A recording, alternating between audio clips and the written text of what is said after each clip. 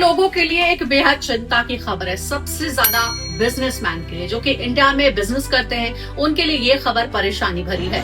सारी Asian currencies में से इस वक्त जो इंडिया की करेंसी है रुपया, वो सबसे ज्यादा निचले स्तर पर पहुंच गया है एक साल के अंदर। इस वक्त आपको जानकर हैरानी होगी कि जो यूएस का यानी अमेरिका का जो करेंसी है डॉलर, उसके मुकाबले इंडिया की जो करेंसी है वो 5% नीचे गिर गई है एक साल के भीतर ही।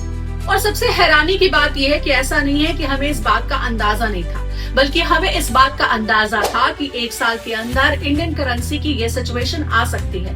हैरानी की बात यह है कि अब तक रिजर्व बैंक ऑफ इंडिया यानी आरबीआई ने कोई एक्शन क्यों नहीं लिया, क्योंकि आरबीआई अगर चाहती तो इसे लेकर के कोई एक्ट कर सकती थी और इस सिचुएशन को बचा सकती थी। लेकिन अब तक आरबीआई की ओर से कुछ नहीं किया गया और शायद आने वाले समय में भी कुछ होता हुआ नहीं दिख रहा है। हमें ये समझना पड़ेगा कि आखिर इंडिया ये सिचुएशन क्यों फेस कर रहा है, क्यों इंडियन करेंसी इतने नीचे गिर गई है। इसमें कुछ बड़े पहलू भी हैं जिसे हमें समझना होगा। सबसे पहले जो एक्सपोर्ट है इंडिया में वो बहुत ज्यादा गिर गया है और इंडिया और यूएस की जो ट्रेड डील होने वाली थी वो फिलहाल होती भी नहीं दिख रही है, जिसका बहुत बड़ा खामियाजा भारत को भुगतना पड़ रहा है। लेकिन इस बीच हमारा इंपोर्ट बहुत ज्यादा बढ़ा है, गोल्ड के प्राइस बढ़े, ऑयल के प्राइस बढ़े, भारत ने सब कुछ इंपोर्ट किया। यहाँ तक कि जो इलेक्ट्रॉनिक इक्विपमेंट्स है, इलेक्ट्रॉनिक सामान है, वो भी भारत की ओर से इंपोर्ट किया गया और इसकी वजह से जो जीएसटी है उस पर सीधा सीधा असर पड़ा।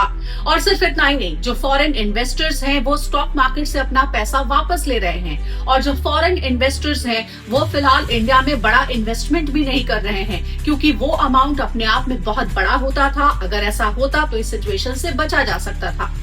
तो प्रॉब्लम सिर्फ एक नहीं है जितना मैंने आपको यहाँ पर बताया है, इससे भी ज्यादा कई बड़ी प्रॉब्लम्स हैं। लेकिन सवाल ये है कि आरबीआई कोई एक्ट क्यों नहीं कर रहा है। क्या आरबीआई इस वक्त ये सोच रहा है कि नेशनल लेवल पर मार्केट जो है वो खुद डिसाइसिव मोड में हो, या फिर ये सोच रहा है कि इंडिया जितना एक्सपोर्ट कर सकता है वो कर ले, क्योंकि यूएस जो है वो टैरिफ बहुत ज्यादा लगाता है और ऐसे में फोकस है कि जितना एक्सपोर्ट हो सके इंडिया का वो हो जाए। और आरबीआई भी शायद यही सोच रहा है, इसीलिए अब तक कोई एक्शन नहीं लिया गया। अब आप ये समझिए कि जब भी किसी देश की करेंसी डाउन होती है, नीचे गिरती है, तो उस देश का एक्सपोर्ट बहुत ज्यादा बढ़ जाता है और इसीलिए शायद आरबीआई ये सोच रहा है कि एक्सपोर्ट जितना ज्यादा इंडिया का बढ़ सके वो फिलहाल बढ़ने दिया जाए। लेकिन ऐसा नहीं है कि इस पूरी सिचुएशन के लिए सिर्फ आरबीआई जिम्मेदार है। अब आप सोच सकते हैं कि क्या आरबीआई अपने मन से कोई डिसीजन नहीं ले रही होगी? ऐसा नहीं है। जब तक भारत सरकार आरबीआई को कोई एक्शन लेने के लिए नहीं कहेगी या फिर दोनों मिलकर के एक डिसाइसिव मोड में नहीं आ जाते हैं, तब तक कोई बड़ा एक्शन नहीं लिया जा सकता है। और इस प्रॉब्लम से अगर सबसे ज्यादा नुकसान किसी को झेलना पड़ रहा है, परेशानी उठानी पड़ रही है, तो वो है इंडियन बिजनेसमैन।